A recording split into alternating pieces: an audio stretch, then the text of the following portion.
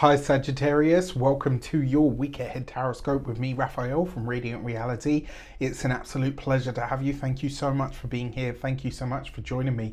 Quick note, these are for your sun, moon and ascendant signs. So whether you're a sun, moon or rising sign Saggy, it's for you. Check them out for all three so that you know which part of you I resonate with most as a reader. With that said, I would like to bless my decks of cards with all forms of love, light, peace, prosperity and abundance, and I pray that the messages that come through are ultimately clear and concise. They help you on your path to your highest vibrational good. So for your key to the week this week, you have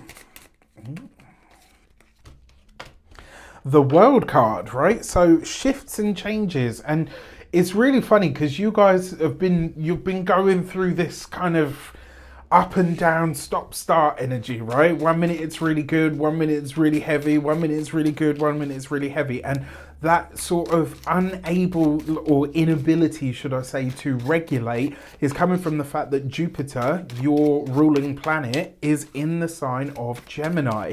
Right, Gemini is double-bodied. It kind of goes like this, whereas your sign, it's a bit more. Yes, you are a mutable fire sign, so you have that in common with Gemini. But truthfully speaking, Gemini does that, and you're more of kind of this, right? Like you like to go in one direction, and that might change really quickly, and it might go over here and over there, but it's not sort of like this. It's almost like that inability to regulate the energy. It feels like it's coming from the fact that your planet is in Jupiter. Your planet Jupiter is in Gemini. Okay, right, far away from home at this point. Now, the other thing about this energy, the World card really is the level up, right? It's where we go to the next level, let's say. And what this, in a lot of ways, what this is kind of saying to you is that in all of these different areas of life, you've already outgrown where you're at. And so now you're going to have to find, like this week, you're going to start to notice where you feel uncomfortable, and where you feel that discomfort is where you are ready to grow. You're on a new level, you've reached a new level, or you're going for the next plateau, as the saying goes.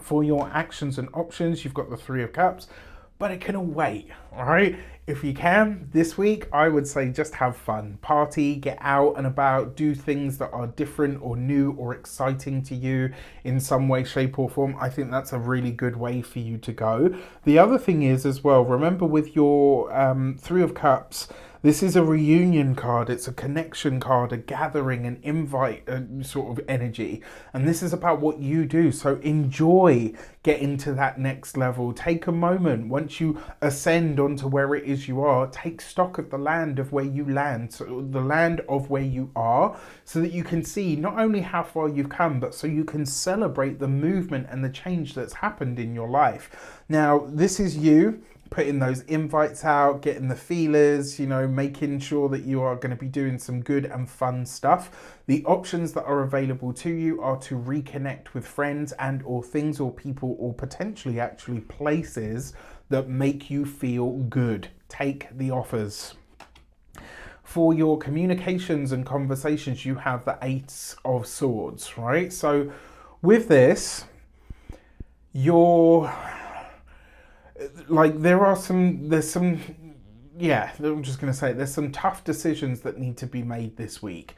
Have fun, enjoy what you can, put off what you can until you can't anymore. But remember, the Ace of Swords, this is where decisions will need to be made, contracts will need to be signed, and you've got this with the World card, so there's going to be an added layer of commitment to this. When it comes to those of you that are studying or in some form of academia, or maybe you've already passed your studies and all the rest of it, there's a reunion going on, right? How different are we? How far have we come? What does it look like? If this is the 5-year, the 10-year reunion, all of that kind of stuff, or if now that school is out for summer, you guys are getting together in a different setting, that could be great. But with this Ace of Swords, for a lot of you, it looks like you're thinking about whether you are or have it in you to continue being committed to whatever your studies require. For those of you that are employed by somebody else, this is new work. Like this is literally a new job, that comes with new skills, potentially with new people. What's really interesting to me is for those of you that are starting new jobs at new companies or in new places of work, you're reconnecting with people that you've already worked with in the past. So maybe that's how you got the job, maybe that's how you got the in. But I will say you won't be on your own. There will be someone that you know, someone that you're connected to, someone that you can interact with. So it's like you're hitting the ground running, but there will be some decisions that need to be sort of made very firm. For those of you that are business owners, entrepreneurs, solopreneurs, people that work for themselves, this is about changing your clientele. Yes, there will be some that come with you and some that you're taking with you moving forward, but it's going to be a vastly different clientele or a vastly different set of businesses, clients, etc. that you work with moving forward. And actually, this could be a lot more mentally stimulating and actually therefore a lot more fun for you. One of the things that I will say about this though is even though you're having a lot more fun with what you're doing, there's a decidedly more sort of serious element or energy to this, all right? When it comes to those of you that are retired and no longer working, the Ace of Swords is about what you commit to now, and with the Three of Cups, this could be a trip, a gathering, a get-together, or a reunion that you have been trying to get off the ground for the longest time and had no joy or no dice with. You will manage to get this done, all right? Like by hook or by crook, as they say. For your love and relations, you've got the Strength card. So yeah, look, right, when it comes to relationships, there's something that you want that is currently not being fulfilled. Whether this is in or out of the bedroom or not, only you can tell. But there's something about the relationship that needs you to kind of, gut up and just say, look, this is what I'm happy about. This is what I'm not happy about. I want more of this. I don't want to do that.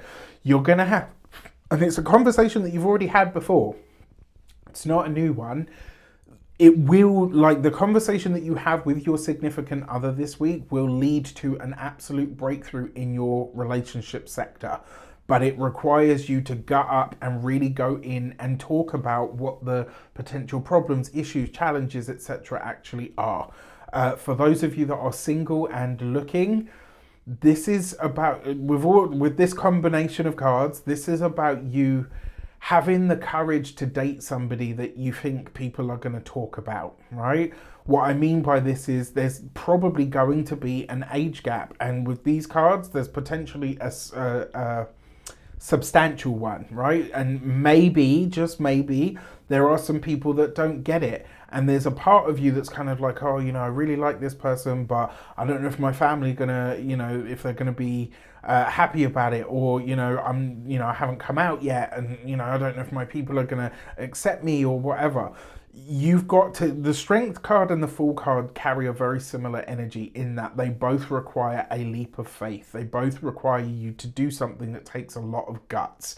And for those of you that are single and you have somebody that you either really want to date or makes you feel really good, but you're like, oh, I know it's going to come with an added layer of stress because ... there's something different about them or me when I'm with them. Do you know what I mean? Like you just got to gut up, right? That's the best way to say it. And then you've got the Ten of Wands as your money and materials. Now, for your money and materials, you have the Ten of Wands with the World card. This is the release of a burden and the release of a debt in some way, shape or form, something that you've been paying for that either hasn't paid out or maybe really has served its purpose, but it's time for you to let go of. This is you really looking at how to release or let go of a debt in some way. When it comes to your home and environment, one thing that I will say to you is if you're purchasing a home, please check whether it's been underpinned. That's a whole thing here in the UK, but just please check if it's been underpinned, because in your area that you're planning to buy, it looks like there are problems with shifting sands and or subsidence, or maybe even, those scary fucking giant potholes that just show up from time to time. Now, that's the heavy stuff about the home.